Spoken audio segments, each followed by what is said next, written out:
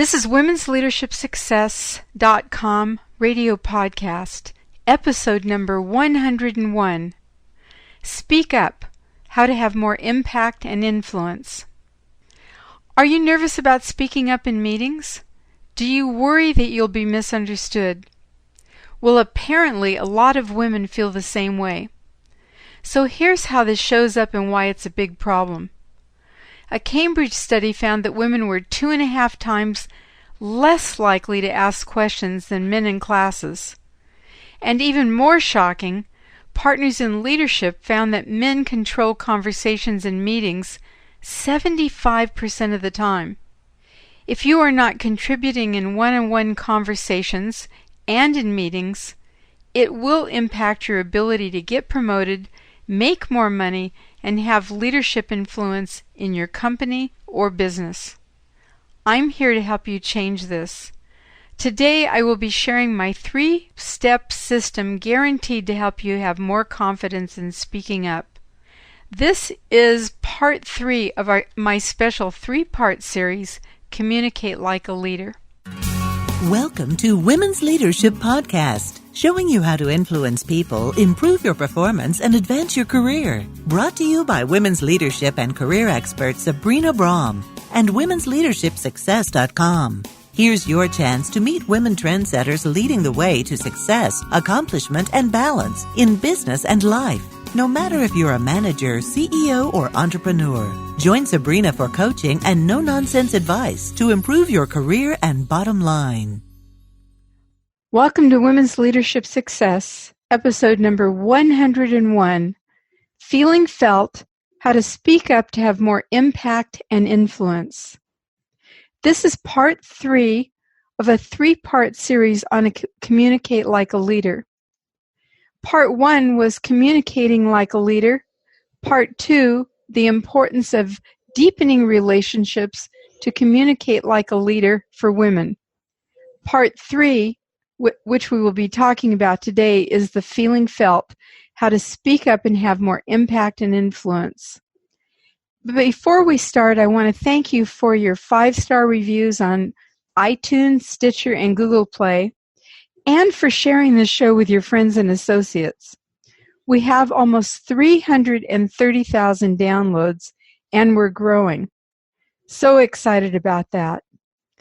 Today, my husband, Tim Warren, who is the co-founder of Women's Leadership Success and the producer of the show, is going to interview me on the subject of feeling felt. Welcome, Tim. Good morning, Sabrina. It's fun to be doing this 3-part series, and for me actually to have interviewed you, and I actually got a comment from one of my male friends yesterday who listens to the show and said, yeah, you guys sounded good. Oh, well, that's nice to hear, and if I know the right male friend, it's somebody that we have a very high regard of. This is true. It has initials of ML. Yeah. So let's just jump right into it, this 3-part series. And this topic of really it's how to speak up and have more impact and influence. And since the show's focused on women, so the question is, the opening question is, do women speak up as much as men? Well, every woman in the audience will know the answer to this one, which is no, women don't. In a Cambridge study, women were 2.5 times less likely to ask questions in classes, and they're probably, I don't have the statistic in front of me, I would say not even a third of the time in meetings do they speak up. That is, you're right. I think that's probably something that more women know organically than men. Why do you think that is? Well, I think part of it is the way we're trained. Women are trained to be quiet, to listen, to not say a lot, and they tend to be more concerned that they might be misunderstood or they might say the wrong thing, and men are much more comfortable with saying something and even making a mistake with it. Well, that makes sense that this is something that goes way back to our childhood and just kind of how we were raised. But since the show has always been focused on leadership for women in primarily in the workplace, but not necessarily, whether you're growing your position, elevating your career, or you're already in a leadership role. So women not speaking up as much as men, how does this impact women in the workplace? It has a tremendous impact. It leads to women not getting promoted as much because they're not seen as having creative, innovative, new ideas. It really impacts their confidence because of not being heard and recognized for what they have to say. In one study by the Partners in Leadership, men in meetings controlled the conversation 75% of the time. So I could see why it's hard for women to share their innovative ideas or suggestions on alternate plans and to really demonstrate their role if men are dominating the conversation, and how that would minimize their career or leadership development. So what are some of the other things of how women not speaking up in women is in fact impacting their workplace? Why aren't they speaking up? What is holding them back? Okay, what is holding them back? I'm going to tell you what's holding them back and what I think they need to do. Also, they tend to think they don't have good ideas. They don't want to appear too loud and aggressive. They're not used to thinking on their feet. They're afraid of being wrong. And I think there's a misperception that we'll go into more when we're talking about how to do this, and that is they are not used to preparing in advance and thinking of a good strategy, and we're going to talk about that more in a few minutes. So, not feeling confident about your ideas, not being able to respond instantaneously. Men are dominating the conversation, so I could see how it's hard for women to get their thoughts in edgewise if men are dominating the conversation. So since this show is really focused on leadership and career development, what's the bottom line? What kind of real impact can this have on a woman in her career? And specifically, how would that show up? So how? Well, it multiple ways. One is, like we said, promoted, but there's another thing, and that is just your mindset. In order to really be a successful leader, you have to have a mindset where you're constantly letting go of your old behavior that doesn't work. In other words, not speaking up in the meeting, and beginning to develop the new behavior that helps you to be more successful, which is speaking up in a meeting and having more impact and influence. And in order to do that, you have to have the mindset that you're willing to make mistakes, be imperfect, and try out things that may or may not work. And this mindset is one that one has to have to be a great leader in a company. And this is one aspect of that, the mindset around speaking up and how you do that. And it's a really important one because we're playing in the boys' game, and you got to be able to speak up in the meeting and show who you are and establish your brand, that you have something of value to add. And my assumption is you do, or you wouldn't be listening to this show and you wouldn't have a job in the company or own your own business. So there's something that you are an expert in that you can become more of an expert in that you can say, and you have to have the right mindset.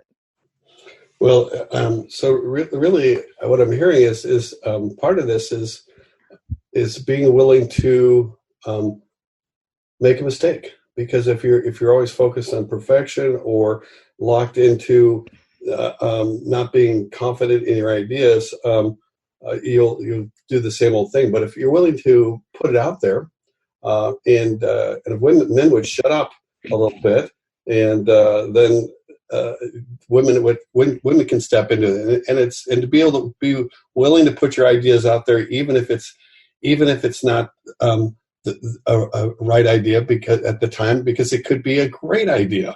You just never know. I think it's willing to make mistakes, but in a very specific type of way, and that is, you want to get clear on what your objective is, what your outcome is. For instance, in speaking up in the meeting, let's say there's a specific agenda or idea that you know is going to be presented in the meeting or that you want to present, and you need to think through how come you want to say something about that and why that's important to you. So knowing what your objective is and then making a mistake or doing it incorrectly is much more powerful and useful than just going in and trying to speak up without having any kind of plan in mind. Well, that's a perfect segue to, I know that you've been coaching women in corporations and men for decades and helping people have more impact and influence. And I know you've developed your own particular system to help women overcome some of these blocks. And so let's get into some more specific strategies and tactics that women can use that help them speak up and have more impact and influence. Okay, and if you're listening to this and you can grab your computer or a pencil, you may want to write some of these things down. And we're going to talk about the importance of research, rehearsing, and participating. And I want to start with research. One of the things that is underrated by men and women is the importance of going into meetings, or whether it's an individual meeting with your boss or a group of people, the importance of preparing in advance for that meeting. And what that means is that you know in advance what you would like to see as the objective of the meeting or of the ideas that you want to present. You have researched your selling points on why this is a good idea and what you want to say.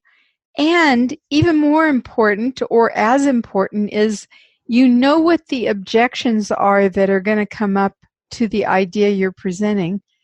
And you've thought of ways to refute those objections in advance. So the brain is really interesting because when we practice in advance thinking through an idea, when we rehearse it, the brain thinks we actually did it. So we don't go into the meeting cold turkey. We go into the meeting as if it's a rerun. We're doing it again. So the more you rehearse and practice it, the better it is. The more you rehearse and practice it, and then go over it after the meeting's over to see, okay, well, what worked, what didn't work. It's unbelievably powerful, and it will begin to change the kind of impact you have in a meeting. And at the same time, it helps your confidence, and it's developing your ability as an expert in yourself and in the eyes of the people that you're working with. Let me see if I can articulate step one, research, just real quick. And before we dive deeper into step two, on research, solicit support for your ideas. Find out any obstacles that may be there on that idea. And then I love the idea of soliciting support and getting champions or people to help you out. But find out from other people that may be involved what their objectives might be as well, where there's a shared shared objectives. So step number 2, you mentioned it. Okay, I just want to say something. I didn't say anything about soliciting support from other people. It's a really good idea. I was talking about just doing this on your own. So, Okay. but you bring up a really good point, and that is so it's good to do it on your own first, and then find somebody that you can talk this through, that you can get to support your idea that's going to be in the meeting. That is very, very helpful.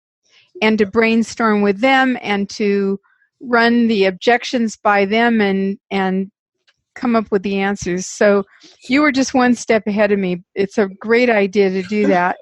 No problem. So you've got your advocates. You've done your research. Tell me about step 2, rehearse. Well, also, let me just make one other comment, and that is that if you can find out what the objections of the major stakeholders are, so it could be your boss, it could be the vice president of the company, what are their objections going to be? And you prepare those, that's very helpful too. So one of the things I hear from people is, well, this takes a lot of time, and it's true, it does, but the more you do it, it really does get a lot easier to do. So rehearse. So rehearsing is what we talked about a minute ago, and that is going through in your head how this is going to work out, what they're going to say, what you're going to say. And if possible, practice the key points you want to cover. You can do it into a tape recorder. You can do it in front of a mirror. If you can do it with another person, that's very, very helpful. It could be with your life partner, a friend. It could be somebody at work. Rehearsing that is very important. And again, this is so true in so many things that we do as leaders. Excuse me. You want to be very clear on what your objective is. What is the thing that you want to have happen? So the more you know what that objective is, and the more you can visualize that objective and visualize what you want to say and how you want to come across. That means even to the point of what your body language is going to be like. Are you going to be curious? Are you going to be excited? What kind of stance are you going to take when you do this? The more you can visualize that, the better. That again, it helps the brain prepare. And definitely practice asking the questions and answering objectives. So you also want to practice being concise and clear and on the point. And there's another one that is begin to think of ways that you can keep from being interrupted. As you know, this can be a major problem. That is, you start sharing your idea and somebody interrupts you and the conversation goes a different direction. So it can be very helpful if you think in advance of a way to say something like, I have 3 points I'd like to bring out about this. And then let's say you get interrupted after you're into the number 2. And Bill comes in and says, well, I think blah, blah, blah. You can say, excuse me, Bill, I wasn't done. I have one more of my 3 points that I want to cover.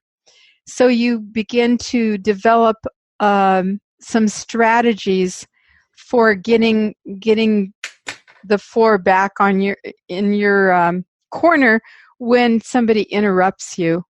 Or you even solicit the person that you've been practicing with, if they're in the meeting, that if you get interrupted, they may say something like, hey, Bill, let's let Janice finish. She said she had 3 points and she hasn't given the third point yet. So you want to start thinking about a strategy to get the floor back. And again, when you are changing your behavior, when you have this mindset of learning, you're willing to make mistakes, you're willing to do it imperfectly, and you keep paying attention to the tiny wins every time you do this. Good point. Well, I know that's rehearsing is something that you and I have successfully practiced for a lot of different things. And what you said about recording it, we have found that recording it, practicing it, recording it, and then kind of debriefing it and talking about it has been super helpful. Plus, I have found that being able to replay the rehearsal of whatever it is super helpful. You brought up a good point, and I wanted to draw some distinction between it's good to be clear on your objectives, but just know that almost any good idea in any situation as a group, there's always going to be someone who might have an objection. And so to understand and anticipate the objections in advance and to be able to practice what your rebuttal might be or how you might address that, I think is super important. So definitely, I love your step 2 of rehearse. So let's talk about this is, I think, a 3-part system. Participate. How can women participate in this process more? So political savvy is really important, and that means that you get how the group operates. You get how to tell when it's a good time to bring an idea forth and when it's not a good time. If you don't understand the political savvy in the groups that you're in, you really need an ally in that group that's got more experience than you, that will help mentor you in this so that you can understand the group dynamics even better. Maybe you all have experience of watching somebody speak up right when, let's say, the CEO of the company is getting ready to do something, and it's just totally not a good time, or the guy's in a bad mood, or somebody just had an argument, or whatever. You really want to get where you notice the energy, the political things that are going on, the undercurrent. So you want to pay attention to that. And part of the way you do that is by noticing body language and the mood in the room. Is, are people upbeat, or is everybody kind of down? What's going on? Participating is not just having an original idea, but finding some idea that somebody else has and really acknowledging them and giving them credit for that good idea is a way to start speaking up, to have an opportunity to praise that person and to get some recognition. And look for opportunities to present your ideas. It may be that to begin with, presenting your ideas, the only way that you can get in the conversation is to start by having good questions about the topics that are coming up. When you do that, though, there's the thing that you want to be really careful of is you want those questions that you have, ideally you want a solution in mind, because more than once somebody's kind of gotten chopped down at the knees by asking a question and having somebody turn around and say, well, what do you think we should do? You ideally do not want to be in the position of you don't have a clue what to do. So if you ask a question that you have some background on and you do have an idea on, that can be really an ideal question. I'm just looking at this, and really that last part about the political savvy and the mentor, it really brings the 3 steps full circle, because what you said under step 1 in your research is that you're finding support for your ideas, you're finding those obstacles or objectives, and ideally you're finding advocates and mentors who also can support that idea, whether including if you're the leader of a company and you need to enroll your team. You want to be able to have, and especially if it's some new initiative or something you've never done before, and to be able to get at least 1 or 2 other stakeholders and get them on board, and as you say, answer those objections or questions in advance. That's awesome. But I know, having worked with you for so many years and listened to the show clearly, and knowing that this are issues around confidence is what can hold men and women and men back about this speaking up? What would be some of the fears that it sounds good, Sabrina, and it makes sense they're doing these things, but what are some of the fears that women might have if they actually speak up in the workplaces there and they assert their views? What might be some of the core fears that might hold them back? Well, basically, they might say the wrong thing, and they may not be good at articulating their ideas. And the only way to get through those is by starting to do it.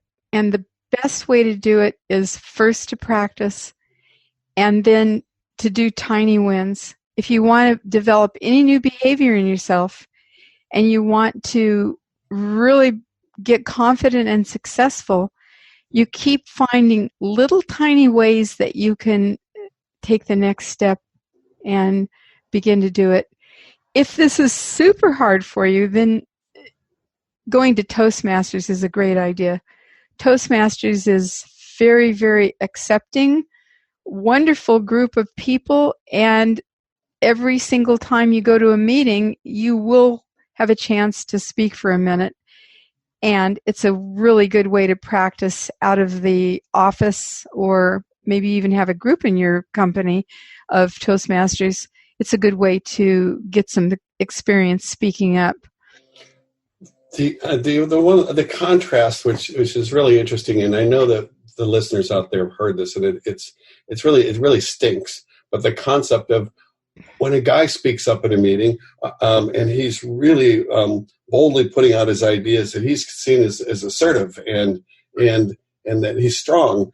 And if women put it out, they can be, there's this, a woman can be labeled as being aggressive, or or too loud, and it stinks, and that's not right. And so, would you agree, disagree with that, and how would you speak to that? Well, it's true. I guess I'm beyond the it stinks.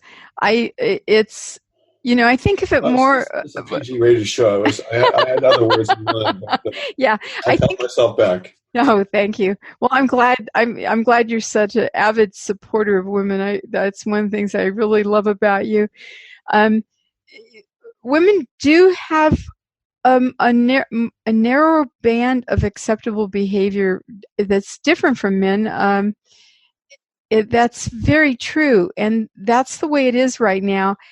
And what it does is it requires that as women that we really excel to an even higher level, and that means even in the way we speak up and what we do.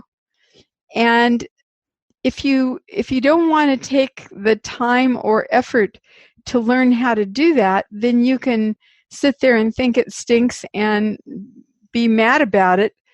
But if you take the time to learn the strategies, to get really good at getting your message across, to getting people to understand your brand, to having impact and influence, if you take these tiny steps, yard by yard, life is hard, inch by inch, life's a cinch. If you take these tiny steps to keep improving, you do that every day. You do that every time you walk into a meeting. You do that by rehearsing and practicing and participating. And you will end up, when you speak up, you will have a kind of impact and influence that's beyond the guy or gal that's speaking up and doesn't know what they're talking about. Well, it will happen, and it does happen, and it's one of the things that I feel so excited about, because I've seen it happen with so many women who started out afraid to say anything, were not getting promoted, and over the years I've seen so many women just rise from mediocrity to being just the top incredible leaders of their company. And I want every woman listening to know you can do this. Start right away. Take baby steps. The most important thing is that you make a commitment to having first off, that you have a vision of how you want to come across, how much impact and influence you want to have, and that you practice and rehearse this and participate and keep noticing your improvements, and you just keep doing it, that you get so intently curious about how you can keep making improvements in yourself and how you come across. And that will change you, and it will help everyone else too. As a man, I could say, women, please speak up, because we need your energy, we need your ideas, we need your leadership more than ever. Men are screwing it up. Please, women, speak up. We need you. There's many men out there in the world like me who go, we really, really want and need your energy. So on that note, Sabrina, we need I just want to make one other comment. I like what you just said, and also, if you're a man listening to this show, and I know we have a lot of men listeners, and this advice goes for you too, and also support the women that are in the meetings. Yeah. If a woman has a really good idea, you're saying, hey, Leslie, that was a great idea, and da-da-da. That really, really helps her to start excelling. So the only way women are going to really achieve parity in everything is to have males supporting them. So we need men to be our champions and to help us with this too. Well, I am thrilled to be a champion of women, and I am thrilled to be doing this. And I know that you wanted to do a little shout out. I do. I would like to share. I'm sorry, what? I said you had some tools to share, some other free gifts that you want to give some people. So okay, I've got some loyal listeners. One is a very talented man named Joshua LeBlanc Schulman, and a woman named Elaine Schoenberg Lafleur, and Rachel Fishbein.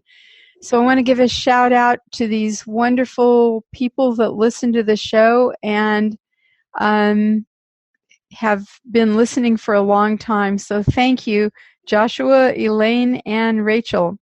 I just want to add something really quick. It's really fun for us to know that really as we're doing these shows, or Sabrina's doing these interviews, we're speaking to each of you individually. We know that there's tens of thousands of people out there, and we're speaking to one person at a time. And we just so appreciate your questions, your advocacy, giving us the reviews in whatever platform you use, and spreading the word.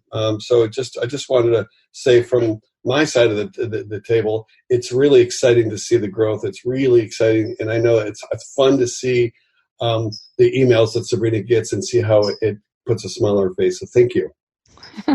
It's true.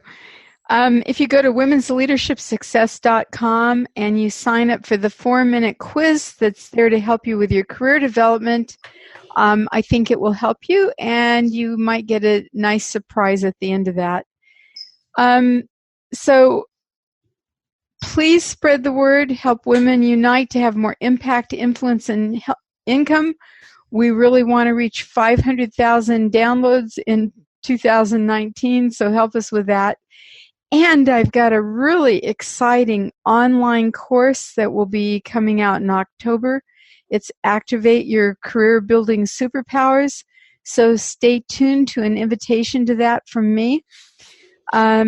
And our next show, Women's Leadership Success 102, is a really good friend and colleague of mine, Barry O'Reilly, who is the author of the best-selling book Unlearn, and we'll share some of the secrets to behavior change that hold women back in their careers and leadership success. Bye for now, and thanks for listening. Would you like to be an exceptional leader? Then please join me in this special series, Communicate Like a Leader. In this series, you will hear thought-provoking stories and get insider secrets to help you increase your influence, impact, and income. And if you would like to quickly find out where you are in your leadership development, here's how you can. I've designed a special 4-minute career development quiz, and as one of my listeners, you can get it for free. Just go to http://careerdevelopmentquiz.com. Once you complete the confidential quiz, you'll get your score and suggestions immediately. Plus, you may even qualify for a free coaching session. And lastly, can you do me a small favor? Our goal this year is to get 500,000 downloads of Women's Leadership Success. We have almost 335,000 downloads now.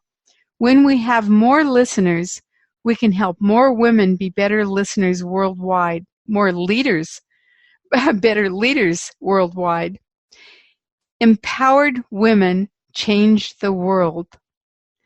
Here's how you can be part of this women's leadership global movement by sharing this show or the particular episode that you have enjoyed in social media, subscribing and giving me a review on iTunes, Stitcher, and in our Women's Leadership Success page on Facebook. Thanks for your help, and bye for now. Thank you for joining your host, Sabrina Braham, on another Women's Leadership Podcast.